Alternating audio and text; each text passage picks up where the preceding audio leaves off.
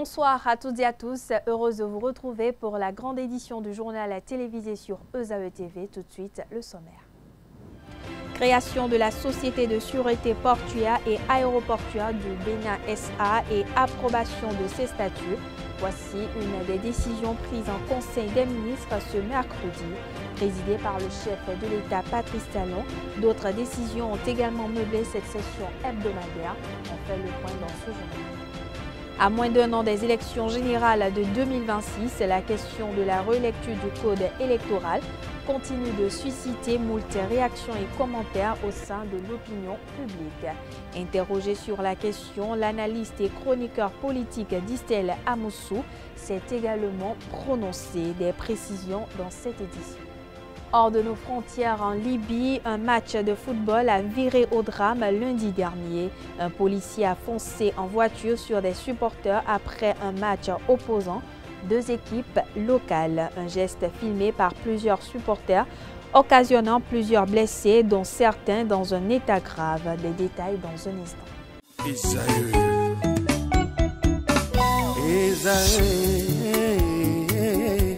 Vous recherchez une école de référence pour une double formation universitaire et professionnelle de qualité? Voici l'opportunité à ne pas rater. L'École supérieure d'administration, d'économie, de journalisme et des métiers de l'audiovisuel ESAE vous offre des programmes d'enseignement en licence et en master orientés vers l'emploi qui font d'elle une référence à travers les filières de l'administration générale et territoriale, l'administration du travail et de la sécurité sociale, droit, diplomatie et relations internationales, administration hospitalière, universitaire et intendance, journalisme et métiers de l'audiovisuel et toutes les filières des sciences de gestion. Une seule adresse, www.esae.bj. Rendez-vous dès maintenant sur nos campus ESAE Bedjromende au numéro 90 93 65 21 ou au numéro 98 98 14 00. Paracourt sur le numéro 52 46 12 12. Aboumé-Calavi au numéro 52 88 44 44. Akpata au numéro 52 88 33 33. ESAE, l'excellence à un nom. À nouveau, bonsoir. Merci de nous recevoir chez vous avec cette livraison de l'actualité. Création de la zone économique spéciale de Semepoji et autorisation de prise de participation de l'État dans la société de gestion de la zone économique spéciale ZES. Ainsi, on a décidé les membres du gouvernement ce jour lors de la session hebdomadaire du Conseil des ministres. Le point des décisions prises au titre des mesures normatives avec le porte-parole du gouvernement, Wilfried Léandre Mbouidji. Le Conseil des ministres s'est réuni ce mercredi 23 avril 2025 sous la présidence de M. Patrice Talon, président de la République. Les décisions dont voici la teneur ont sanctionné la séance.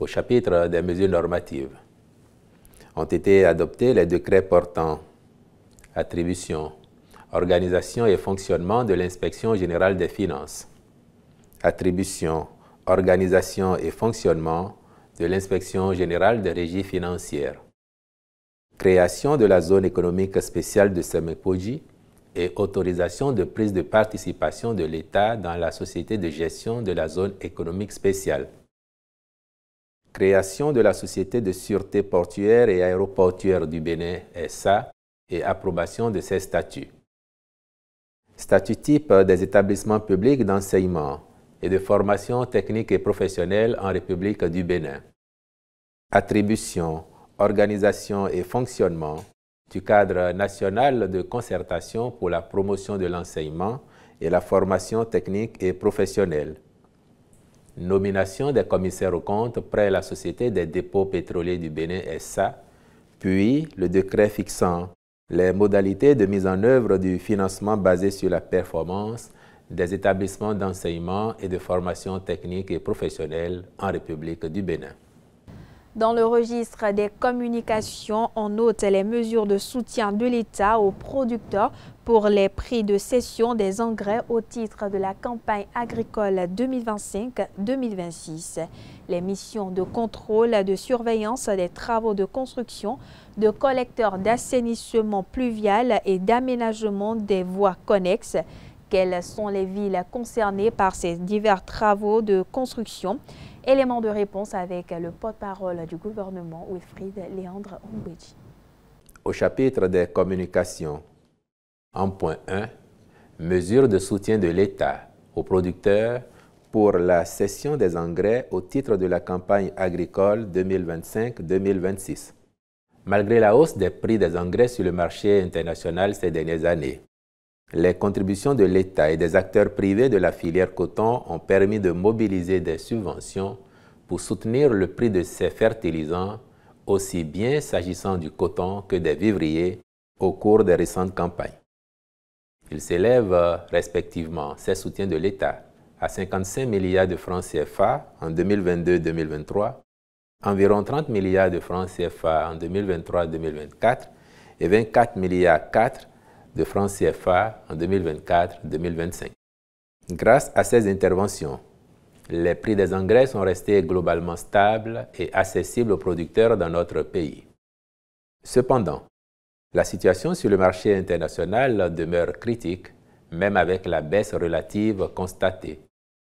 De fait, pour la campagne agricole 2025-2026, céder les différentes formules d'engrais au prix réel du marché serait préjudiciable à la production agricole et à la sécurité alimentaire. C'est pourquoi, après les échanges avec les différentes fêtières du secteur agricole, il a été décidé que l'État apporte une subvention de 26 milliards de francs CFA afin de favoriser le bon déroulement des activités agricoles. Cette action déterminante permettra de céder les différents types d'intrants aux producteurs au même prix que lors de la campagne précédente, à savoir engrais NPK, 340 francs CFA le kilo, soit 17 000 francs CFA le sac de 50 kg, au lieu de 21 750 francs CFA. Urée, 300 francs CFA le kilo, soit 15 000 francs CFA le sac de 50 kg, au lieu de 18 750 francs CFA. SSP, 280 francs CFA le kilogramme, soit 14 000 francs CFA le sac de 50 kg. Par ailleurs, il est à souligner que cette année, la mesure bénéficiera aux producteurs de toutes les catégories et favorisera notamment l'introduction de semences hybrides devant contribuer à l'amélioration de la productivité et à l'accroissement de la production vivrière. Les ministres chargés de l'Agriculture et des Finances veilleront à leur application rigoureuse. En point 2. Mission de contrôle et surveillance des travaux de construction, de collecteurs d'assainissement pluvial et d'aménagement de voies connexes dans les villes d'Alada, d'Assazoumé, Pobé, Lokossa, Aplaoué, Djougou et Kandi. En guise de rappel, le Conseil avait déjà autorisé, lors de sa séance du 19 février 2025, la contractualisation avec des entreprises en vue de la réalisation de ces travaux, entrant dans le cadre de la deuxième phase du programme d'assainissement pluvial des villes secondaires. Les procédures de signature des contrats étant en cours pour le démarrage effectif des chantiers, il est apparu opportun de conduire les diligences nécessaires au recrutement des prestataires pour les missions de contrôle et de surveillance aux fins d'assurer la qualité des ouvrages. C'est donc à cet effet que le Conseil a marqué son accord pour la signature des marchés avec les groupements qui ont été sélectionnés. Restons toujours avec le porte-parole du gouvernement pour en savoir davantage, notamment sur le point autant pour moi des autres décisions prises dans le registre des communications. On regarde. En point 3, approbation du plan stratégique 2024-2029 de l'Agence de développement des petites et moyennes entreprises ADPME.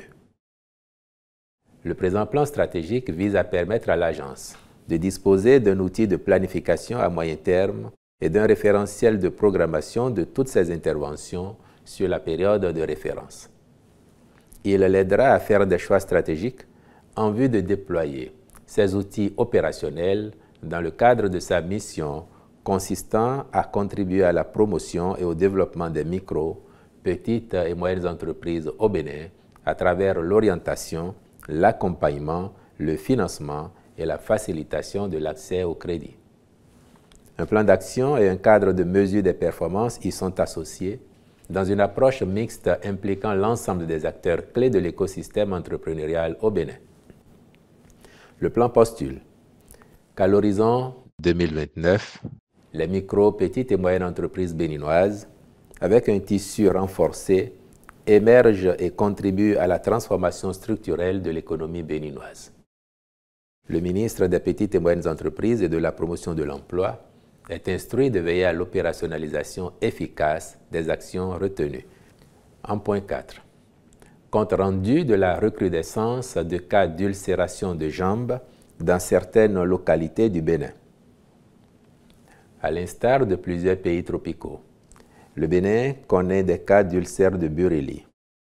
Grâce aux dispositifs de détection et de traitement efficaces mis en place, le nombre de cas est passé de 312 en 2016 à 119 en 2024, soit une baisse de 62%.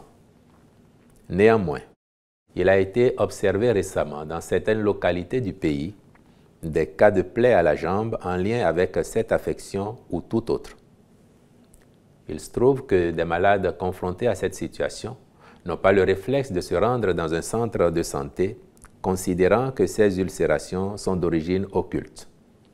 Or, ils ont déjà des lésions très étendues avec des comorbidités susceptibles d'entraîner de très longs séjours hospitaliers, la durée moyenne du séjour étant de 120 jours, et des complications graves pouvant conduire au décès. Cependant, il est avéré qu'une prise en charge à temps facilite la guérison, quelles que puissent être les causes des plaies. C'est pourquoi, prenant acte de ce compte-rendu, le Conseil a instruit le ministre de la Santé à l'effet de renforcer sa stratégie de communication relative à ces cas en y associant les relais communautaires pour un recours précoce aux soins dès l'apparition de toute lésion cutanée sur la peau et plus particulièrement des plaies et ulcérations de la jambe. Il veillera également à ce que les agents de santé s'investissent davantage dans la prise en charge des maladies cutanées. L'État a déjà pourvu les hôpitaux, les centres de traitement anti-lèpre et les centres de traitement de l'ulcère de Bureli en personnel qualifié, dont les dermatologues et techniciens supérieurs en dermatologie. Au chapitre des rencontres et manifestations internationales, il a été autorisé la participation du Bénin à la 90e exposition des bovins zébus et à l'Agri-Show 2025, du 24 avril au 5 mai 2025 au Brésil, à la 26e session de l'Assemblée des ministres de la Santé, du 5 au 10 mai 2025 à Praia, au Cap-Vert, ainsi que l'organisation à Cotonou, du 2 au 6 juin 2025, d'une réunion régionale d'élaboration du système intégré de gestion des autorités de réglementation nucléaire. Enfin, au chapitre des mesures individuelles, les nominations ci-après ont été prononcées au ministère de l'Enseignement supérieur et de la Recherche scientifique, directeur adjoint de la planification, de l'administration et des finances, M.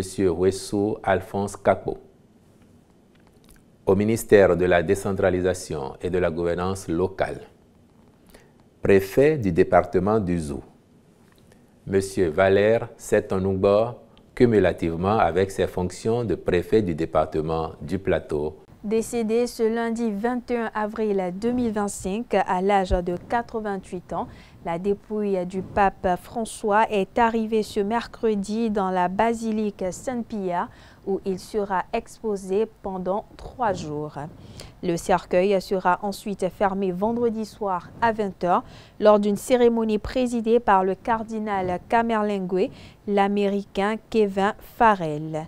Les funérailles du pape François se dérouleront samedi matin sur la place Saint-Pierre où devraient converger au moins 200 000 fidèles, outre 170 délégations étrangères.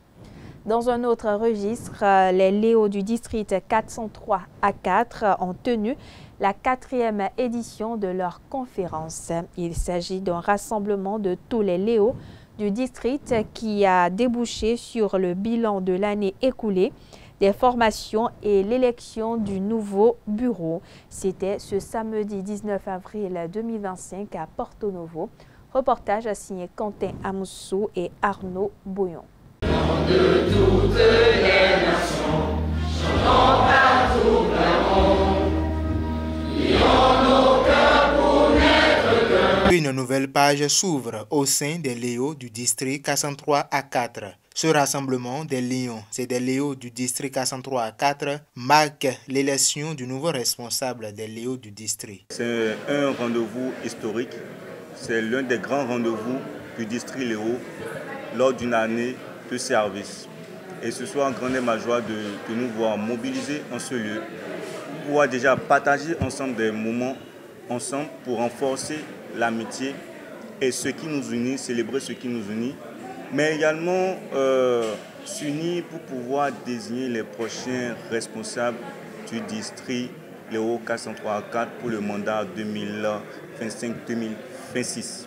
Alors, mon désir pour cette équipe qui va entrer en juillet prochain est que cette équipe puisse poursuivre les chantiers sur lesquels nous avons commencé par travailler et pousser encore beaucoup plus loin le district Léo 403 à 4. Une conférence qui donne le ton du lancement de la 5e mandature des Léos du district 403 à 4. Ce processus, cette cérémonie, cette conférence que nous venons de vivre, pour moi est historique.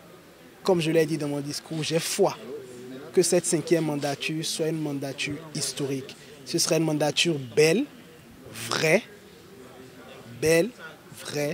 et historique. Pour moi, c'est d'abord une joie de retrouver mes pères Léo, une joie de participer à ces formations, à ces ateliers, mais surtout une joie de voir quand même que nous aurons également à renouveler les instances de notre district, gage quand même de la pérennité de nos actions. Un événement apprécié par les autorités locales de la ville de Porto-Novo. Mes impressions sont très bonnes par rapport à ce que je suis venu voir ce matin au niveau de l'EPA. Je remercie toutes et les amis du Lions Club du Bénin et précisément ceux qui sont en train de faire leur conférence ce matin. Je les remercie tous et que Dieu leur donne la santé qu'il faut et plein succès à leurs travaux. Rendez-vous le 1er juillet 2025 pour le démarrage des activités des Léos du district 403 à 4. Je l'annonçais au sommaire de cette édition, à moins d'un an des élections générales de 2026, la question de la rélecture du code électoral continue de défrayer la chronique et suscite justement moult réactions et commentaires au sein de l'opinion publique. Lors de son passage sur la spéciale de ESAE Télévision, un entretien co-animé par Abdelkader Achiro et Zakiat Latoundji, l'analyste et chroniqueur politique Distel Amoussou a opiné justement sur la question qui devient de plus en plus récurrente à mesure que nous approchions de 2026. Suivons ensemble. Mon postulat, c'est que nous sommes en marche pour construire un Bénin plus grand demain pour la progéniture et pour les Béninois de demain. Depuis 9 ans. Tout à fait. Même depuis la conférence nationale des forces de la nation. Parce que chaque gouvernement qui arrive apporte sa pierre à l'édifice. Voyez-vous. Ceci dit, nous sommes depuis donc 9 ans engagés résolument dans la refonte, le reformatage du système partisan béninois. Je ne vais pas rappeler que nous étions plus de 200 partis politiques il y a quelques années et qu'aujourd'hui nous avons à peu près une dizaine, n'est-ce pas, qui discutent l'échiquier politique national. Alors, dans la reconstruction, donc la refonte, le reformatage du système partisan, il y a eu ce qu'on appelle le code électoral. Et donc, le code de la route. Donc, le code du bon comportement, mais cette fois-ci en politique. Le code d'éthique et de déontologie chez les journalistes. Exactement. Il y a des pans, des articles, des dispositions de divers codes qui sont querellés. Mais cela n'en demeure pas moins que ces codes sont toujours n'est-ce pas Il faut respecter les dispositions. Il faut les respecter. Ces codes-là sont toujours en vie. On n'a pas pu changer le code de la route parce que certains usagers de la route ont décidé de rouler hors ce code-là.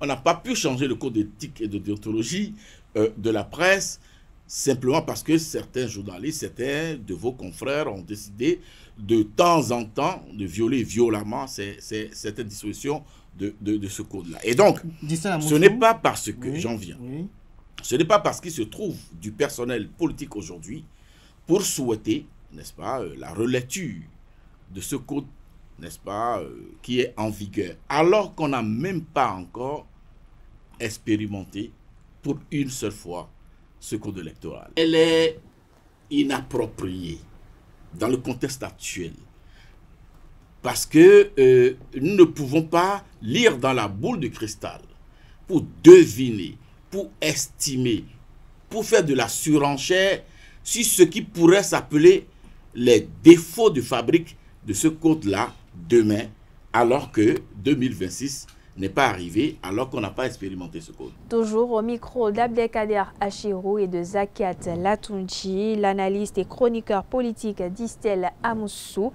est également membre du parti politique de la mouvance présidentielle Bloc républicain BR, s'est prononcé sur le rapport qu'entretient les deux partis siamois, le Bloc républicain et l'Union progressiste, le Renouveau, pour resserrer justement leur rang pour continuer à dominer la politique béninoise à l'ère du système partisan, mais aussi dans le cadre des élections générales de 2026. Suivez un extrait de ces propos. Sur le fait du soutien des actions du président Patrice Talon, les rapports sont très bons et conviviaux. Et c'est deux grandes formations qui regardent, qui se parlent pour la poursuite, n'est-ce pas, des réformes, leur pérennisation. Il ne vous échappe pas que je suis venu en politique sous le leitmotiv de la sécurisation des réformes structurelles et fonctionnelles en cours dans notre pays sous le leadership du président Patrice Talon. Maintenant, sur le terrain, chaque parti, chaque formation politique naît dans le but d'aller conquérir le pouvoir d'État et le gérer. Alors là-dessus, chacun de ces partis-là... Y a-t-il des rivalités à ce niveau alors? Mais forcément, déjà au niveau idéologique. Puisque quelqu'un a parlé de frères siamois ou de frères jumeaux. Mais je vais même dire qu'à ce niveau, au niveau des frères jumeaux, il y a par moment et à des moments donnés des divergences de vues, des divergences de fonctionnement, des divergences de posture. Mais si vous allez observer que sur certains grands sujets de notre pays, parfois le Bloc républicain et l'Union progressiste, le Renouveau, n'ont pas les mêmes postures. C'est quand même rarement arrivé. Oui. Le parti, l'Union progressiste, le Renouveau, par exemple, peut se fendre en communiqué. Ça ne se décide pas sur un plateau de télévision. Et je vous ai dit, je vous ai rassuré que ces deux grandes formations qui soutiennent le chef de l'État et qui se parlent. On en sait un peu plus sur le bilan de la double attaque terroriste survenue le 17 avril dernier dans le nord du Bénin. Au total, 54 soldats béninois ont perdu la vie dans la défense du territoire national, dont 8 soldats béninois décédés aux chutes de Koudou et 46 au point triple. Des blessés ont également été enregistrés. La riposte des forces armées béninoises a également occasionné des pertes parmi les terroristes. Des sources indiquent que 11 assaillants ont été tués lors de la contre-attaque, une situation qui ne laisse pas indifférents les membres du gouvernement. À ce propos, justement, le porte-parole du gouvernement s'est prononcé au terme de la session hebdomadaire du Conseil des ministres de ce mercredi. Suivons ensemble. Je voudrais, avec émotion et non sans gravité, réitérer les condoléances et la compassion du gouvernement à l'endroit des familles éplorées par le drame du 17 avril dernier, condoléances et compassion qui vont également à toute la nation.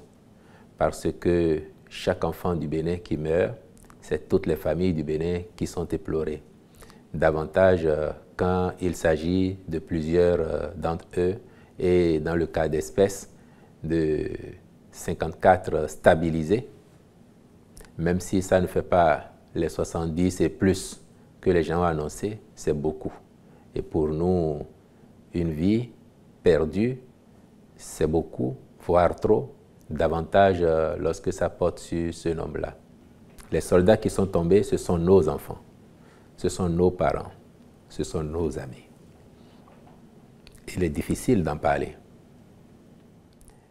Mais quand on sait les efforts que nous déployons sur ce front-là pour que le pays tienne et que ces enfants aient le courage de donner de leur vie pour nous défendre, on n'a pas de raison de baisser les bras. On n'a pas de raison de ne pas y croire. Notre situation serait autrement plus facile si nous avions une belle coopération avec les pays qui nous entourent, dans lesquels le phénomène connaît un développement exponentiel qu'on ne souhaite à personne.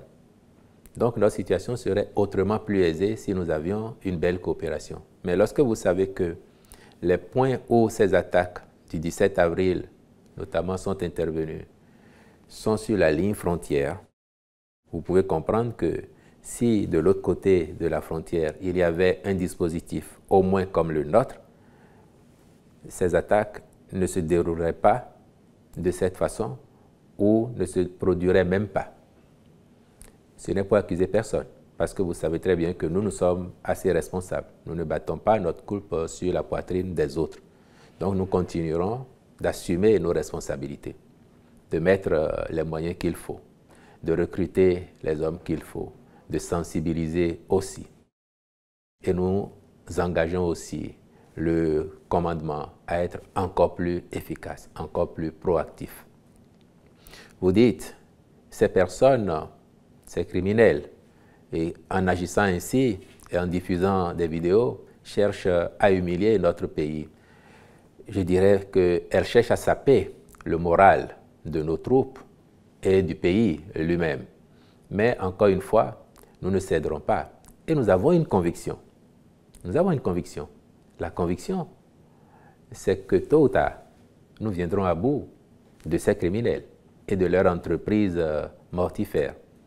Nous viendrons à bout parce qu'une armée régulière, bien équipée, avec des hommes déterminés, avec des troupes en nombre suffisant, ne saurait battre en retraite face à des groupuscules de criminels, même s'ils ont pour eux la cruauté et l'effet de surprise.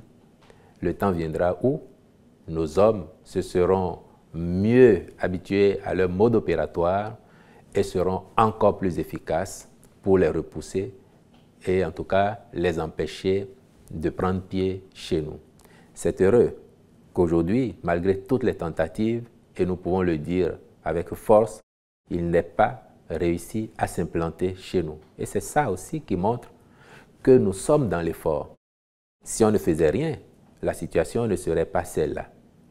On ne souhaite pas perdre davantage d'enfants. Et là-dessus, je peux vous dire que depuis ces événements, le chef de l'État a eu des séances multiples avec le haut commandement militaire, ceux qui sont à l'opérationnel, pour évaluer avec eux la situation, les stratégies, voir encore quels sont de tous les équipements que nous avons commandés, ceux qui ne sont pas encore arrivés, et en attendant, est-ce qu'il y aurait d'autres besoins pour être encore plus performants avec nos soldats. Et tout cela a été débattu. Donc c'est pour ça que je peux vous dire notre assurance que tôt ou tard, à un moment ou à un autre, nous vaincrons. On poursuit cette édition. Les locaux de l'université ESAE, entendez École supérieure d'administration, d'économie, de journalisme et des métiers de l'audiovisuel, a abrité ce mercredi 23 avril 2025 la célébration des 20 ans d'existence du Centre de développement économique local, CEDEL. Plusieurs activités ont marqué cette réjouissance. Le reportage avec Anedo.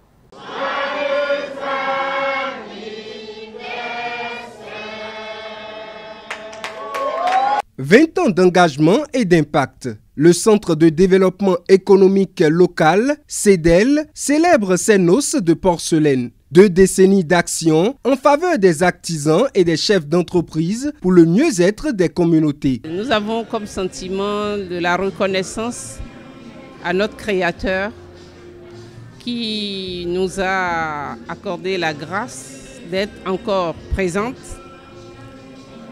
Nous avons le sentiment de reconnaissance pour tous les partenaires qui ont financé nos projets, pour toutes les personnes participantes, encore appelées bénéficiaires, avec lesquelles nous avons travaillé, pour les collègues avec lesquels nous avons mené ces actions. En 20 années d'existence, le CEDEL a mené plusieurs actions phares qui ont considérablement impacté la société. Pour les années à venir, les perspectives sont grandes. Le CEDEL a travaillé dans 9 départements du Bénin et est encore activement présent dans 8 de ces départements.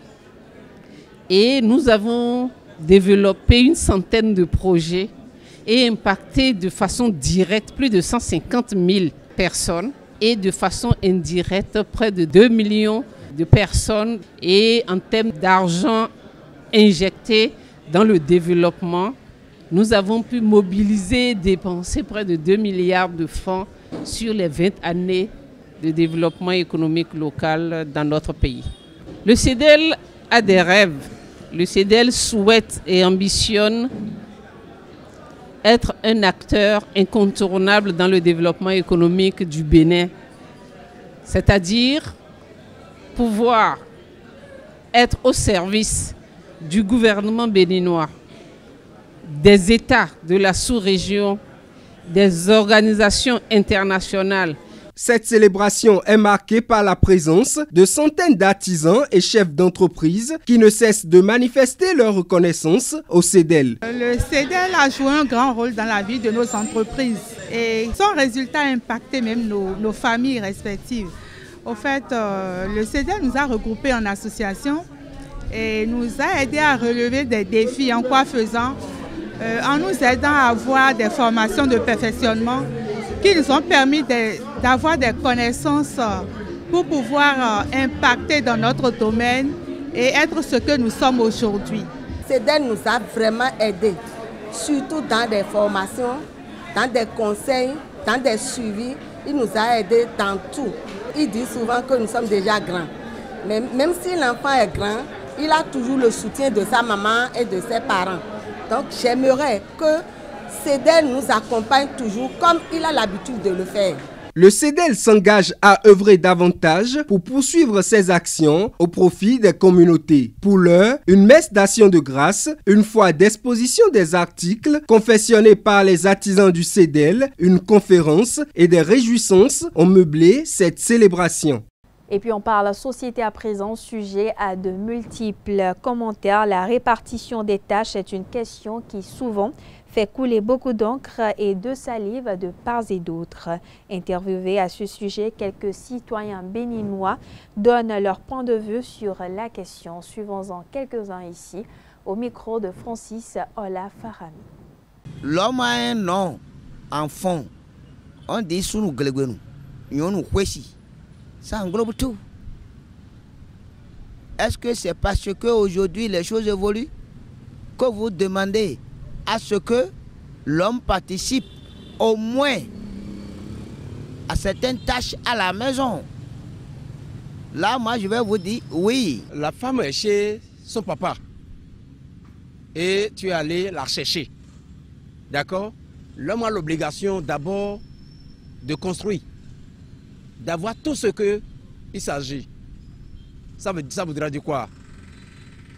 Facture d'électricité, facture d'eau, bon, scolarité des enfants, bon, de quoi manger.